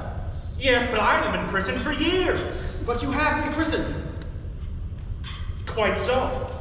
So I know that my constitution can stand it. If you are not quite sure that you ever have been christened, I must say, I think it's rather dangerous you're venturing on it now. You can't hardly have forgotten that someone very closely connected with you was very nearly carried off this week in Paris by a severe chill. Oh, that is nonsense. I know I said that a severe chill wasn't hereditary, but I dare say it is now. Science is always making wonderful improvements in all sorts of things.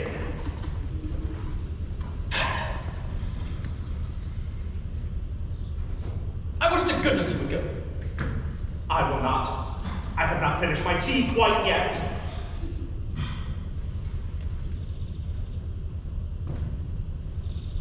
And there is still one muffin left.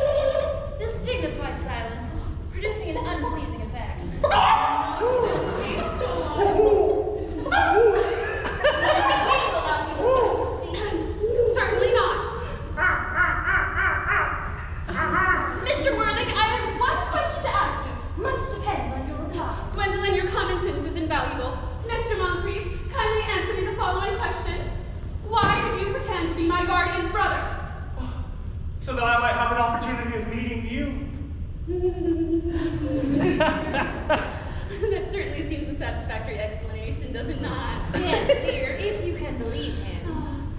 I don't, but that does not affect the wonderful beauty of his answer. True. In matters of grave importance, style and not sincerity is the vital thing.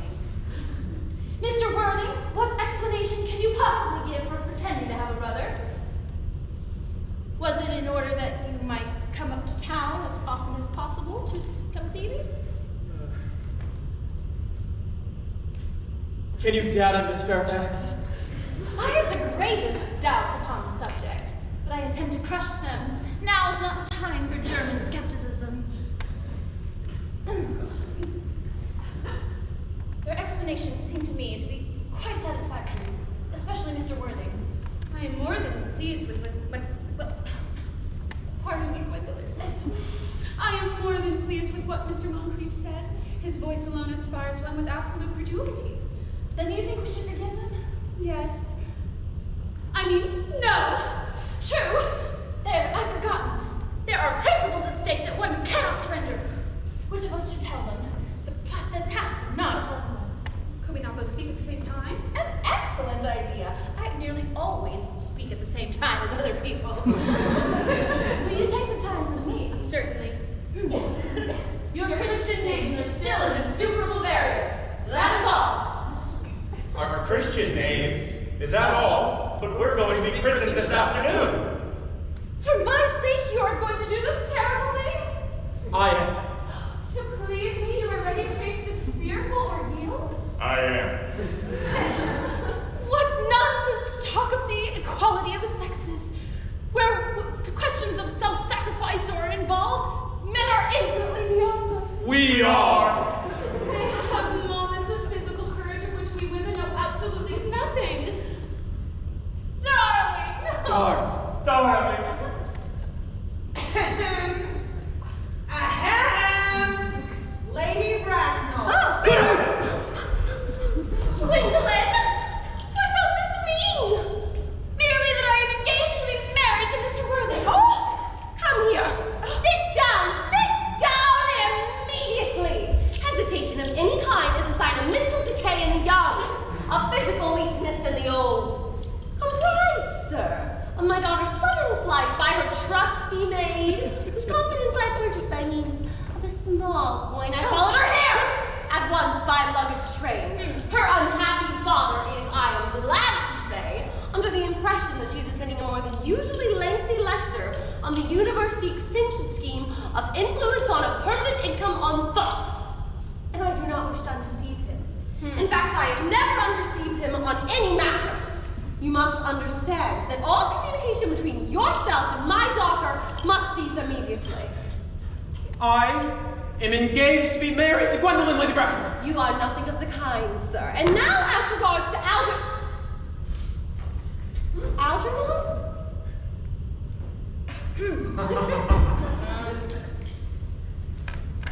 Yes, Aunt Augusta. May I ask if it is in this house that your invalid friend Mr. Bunbury resides? Oh, no. But Bunbury does not live here. Bunbury is not here at present. In fact, Bunbury is dead. Dead? When did Mr. Bunbury die? His death must have been rather sudden. Oh, I killed Bunbury this afternoon. Poor Bunbury, Died mysteriously this afternoon. How did Mr. Bunbury die? Bunbury? Oh, Bunbury was exploded. Exploded! Was Mr. Bunbury the victim of a revolutionary outrage? I was not aware that Mr. Bunbury was interested in matters of social legislation. If so, he is well rewarded for his morbidity. My dear Aunt Augusta, I mean, Bunbury was found out.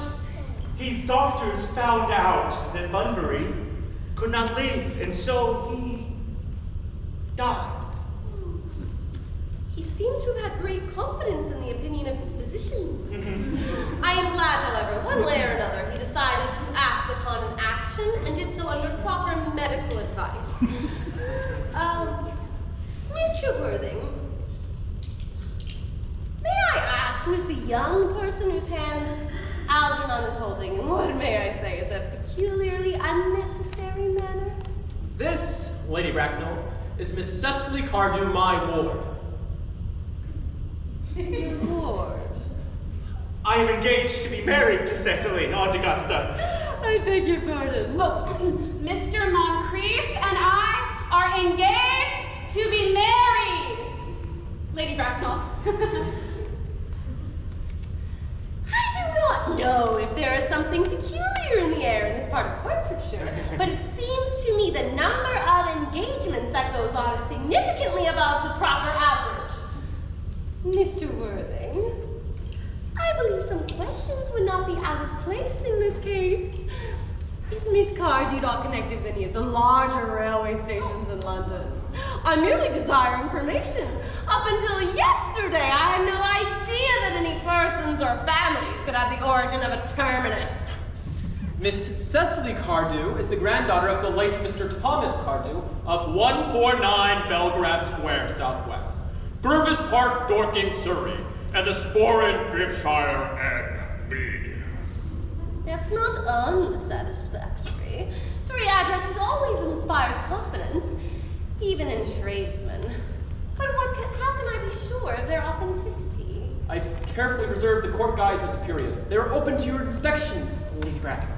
I have known strange errors in that publication. Mr.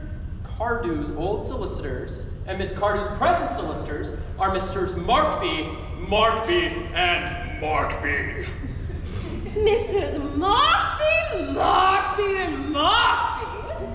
A firm of the very highest position in their profession. Indeed, Mr. Markby is often to be seen at dinner parties, or comes in the evening at any rate.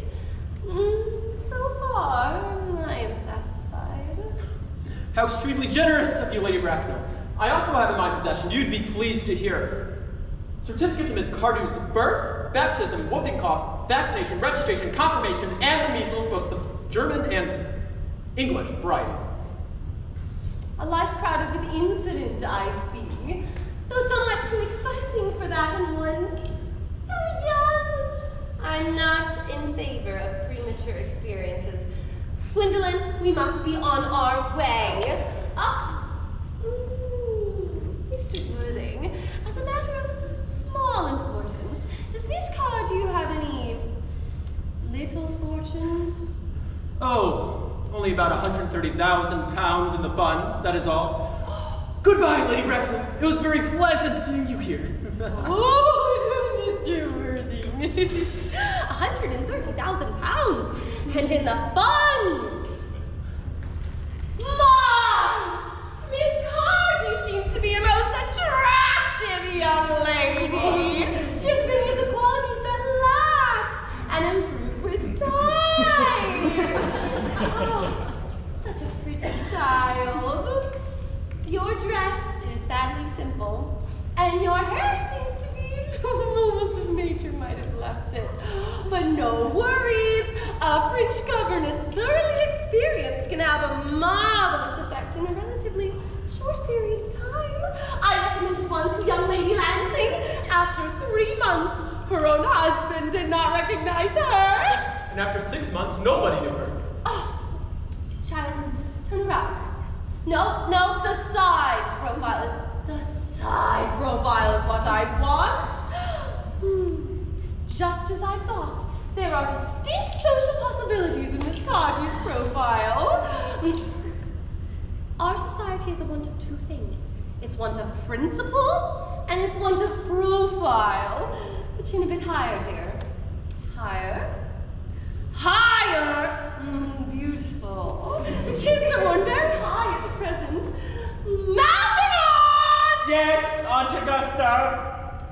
There are distinct social possibilities in Miss Cardew's profile. Oh, Cecily is the prettiest, sweetest, dearest girl in the whole world, and I don't care 2 pence about social possibilities. Never speak ill of society, Algernon. Only people who can't get into it do that. My darling, you must be aware that our Algernon has only his debts to depend upon. But I would not let that stand in my way. I'm distinctly against mercenary marriages, but I had nothing to my name when I married Lord Bracknell. Well, I guess I must give my consent.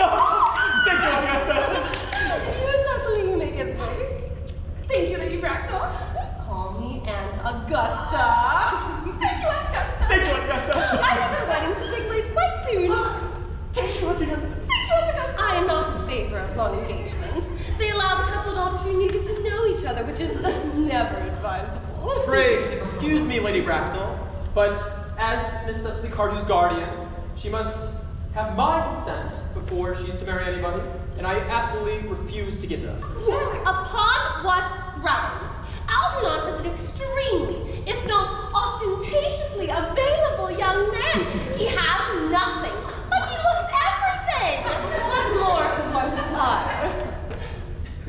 It pains me to speak so frankly to you, Lady Bracknell, but the truth is, I don't at all approve of his moral character, and I suspect him of being untruthful. Untruthful? My nephew Algernon, impossible. He's an Oxonian. Oh, I believe there's no possible doubt in the matter. This afternoon, while I was off in London on a question of romance, he won access to my garden under the false pretense of being my brother. Under an assumed name, he drank, I've just been informed by my butler, an entire pint bottle of my Pierre Jouet Brut 87, a bottle of wine I was especially reserving for myself. Continuing his charade, he subsequently stayed to tea and devoured every single mug. And if that were enough, he knew perfectly well from the first that I had no brother. Not now, not before, not any of it, any kind. I just distinctly told him yesterday afternoon.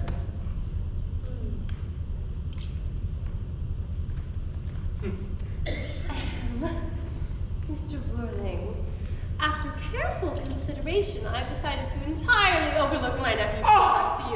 Thank you, Aunt Augusta. Thank you, Aunt Augusta. How generous of you, Lady Bracknell, but my consent is unalterable. Oh, dear, my child, how old are you? Well, I am really only 18, but I always admit to 20 when I go to evening parties. And you are quite right to do so. A woman should never be accurate about her age. It looks so calculating. Really 18, but admitted to being 20 at evening parties. It is not long till you are of age, so I think that your guardian's opinion should hold little importance. Pray excuse me again, Lady Bracknell, but according to the terms of Mr. Cardew's will, Cecily does not come of age until she is 35. That is no grave objection. 35 is the most attractive age. Many women in society have been 35 for years. Lady Dumpleton, for example, has been 35 since she entered society at the age of 40, several years ago. I see no reason why our dear Cecily won't be just as attractive at 35 as she is at the present. And there will be such an accumulation of property. Algie? Can you wait for me till I was 35? Oh, of course I could. Cecily, could you doubt it? Oh, no, I felt it instinctively, but I couldn't wait all that time. I don't even like waiting 5 minutes for anybody. It always makes me rather cross. Oh. I'm not punctual myself, I know, but I do like punctuality in others, and waiting even to be married is quite out of the question. Oh, then what are we to do, Cecily? I don't know, Mr. Moncrief. Oh. Mr. Worthing, since it seems to me Miss Cardew will not wait to be married till she is 35, which shows a rather impatient nature, if I may say so, I would beg of you to reconsider. But it is all in your hands, Lady Bracknell. The moment you consent to my marriage with Gwendolyn is the moment I'll consent to my dear ward forming an alliance with your nephew. You must be aware, Mr. Worthing, that what you suggest is entirely out of the question. Then a passionate celibacy is all we may be looking forward to. That is not the future I desire for my Gwendolyn Algernon. You may choose for yourself. Come, dear. We have missed 5, if not 6 trains to miss one more with you to comment on the platform. Everything is quite ready for the christenings. The christenings? Is that not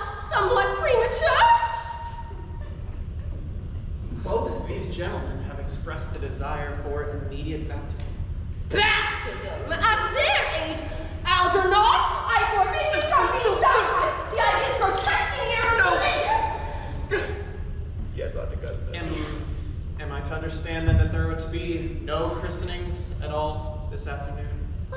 It would seem, Dr. Chasuble, as things are at present, there'd be no practical value to either of us. I am grieved to hear such sentiments from you, Mr. Worthing. They savor of the heretical views of the Anabaptists, views that I've completely refuted in 4 of my published sermons.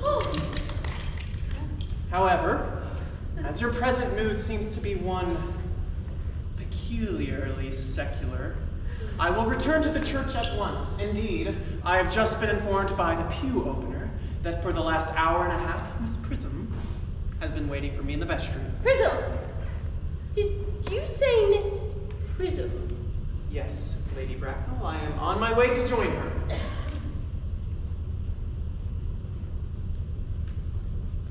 Oh. Pray allow me to detain you for one moment. Is this Miss Prism a woman of repellent affect? Loosely tied to education? She is the most cultivated of ladies, the very picture of respectability. It is obviously the same person. What position does she hold in your household? I am a celibate, madam. Miss Prism, Lady Bracknell, is Miss Cardew's esteemed governess and valued companion. In spite of what I've heard from her, I must see her at once. Have her sent for. She approaches. She is nigh. I was told you expected me in the vestry, dear Canon. I have been waiting for you there an hour and 3/4. Prism! Miss Prism. Come.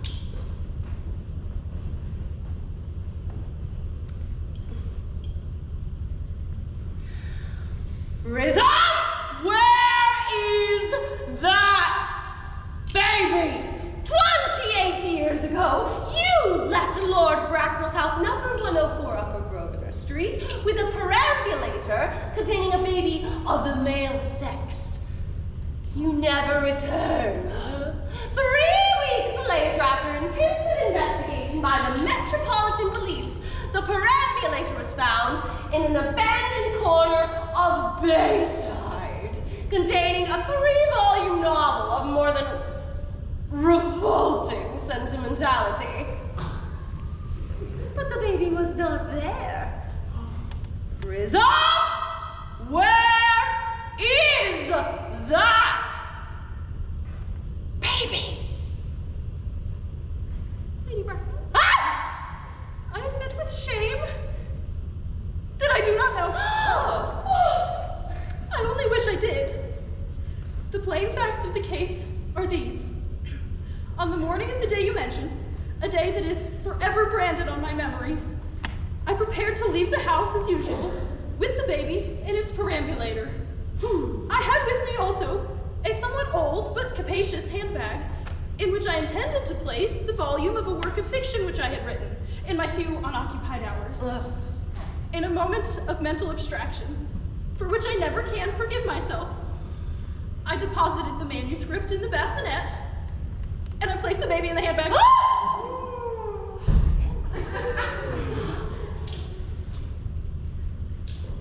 But where did you place that handbag?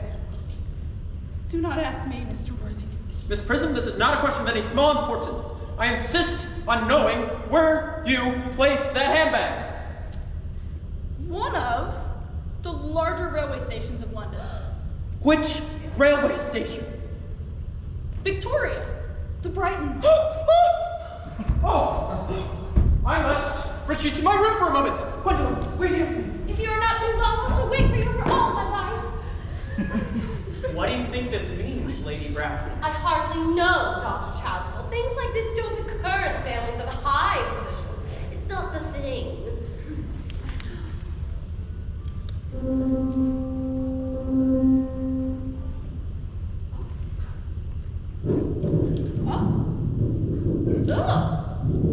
Uncle Jack sounds strangely agitated. Your guardian has a very emotional nature. It sounds as though he were having an argument. I dislike arguments very much. They are vulgar and often convincing. It has stopped now. Oh, I wish you would come to some conclusion.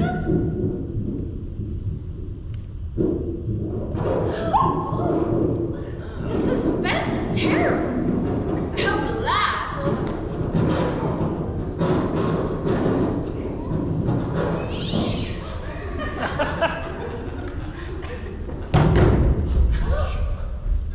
Miss Prism, is this the handbag? Inspect it carefully.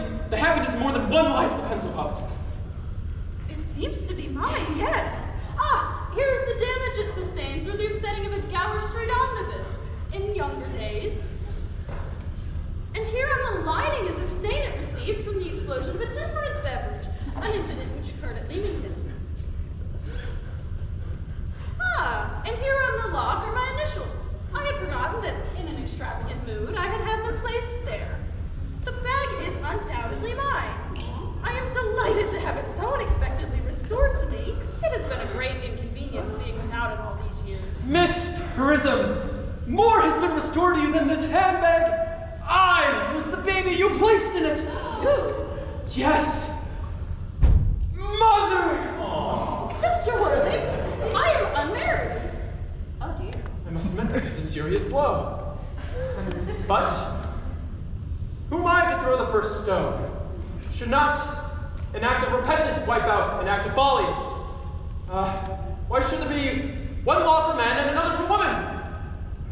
Mother, I forgive you. Mr. Worthing, there is some error. There is the lady who can tell you who you really are.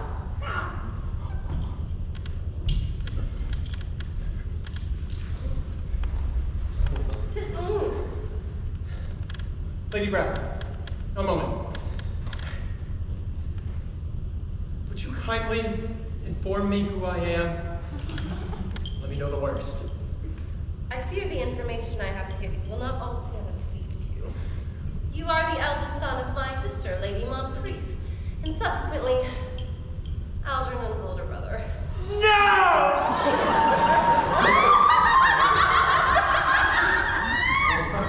Algernon's elder brother. Then I got a brother after all. I knew I had a brother! Cecily, how could you have ever doubted that I had a brother? Dr. Chesney, my unfortunate brother. Miss Prism, my unfortunate brother. Gwendolyn, my unfortunate brother. Algernon, you really have to treat me with more respect in the future. You never treat me as a brother in all your life. Not to today, old boy, though I admit, however, I did my best. I was out of practice. Oh, my own! What is it? But what are you? What is your Christian name now that you have become someone else? I've quite forgotten that matter. Your decision is unalterable, I suppose? I never change, except in my affections. Oh, what a noble nature you have, Gwendolyn. Then the question must be cleared up at once. Lady Brack, Aunt Augusta. Ugh. When I was placed in that handbag, was I christened yet? Every luxury that money could buy, including christenings, had been awarded upon you by your fond and doting parents. Then I was christened. But what was my name?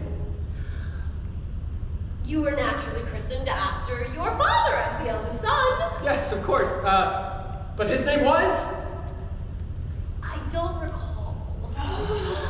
The general was very strange in his later years, though I'm sure he had a name. It could have been due to the Indian climate, or marriage, or indigestion, or something of that kind. Algernon, you remember our father's name, don't you?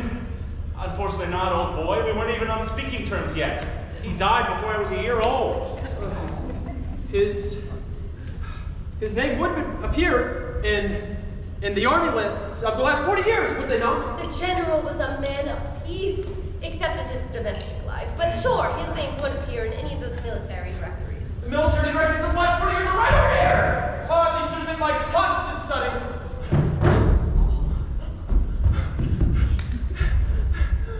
A, C, N, M, Generals, Malum, Maxbaum, Magley. What ghastly names they have. Markby, Mixby, Bobs, but great!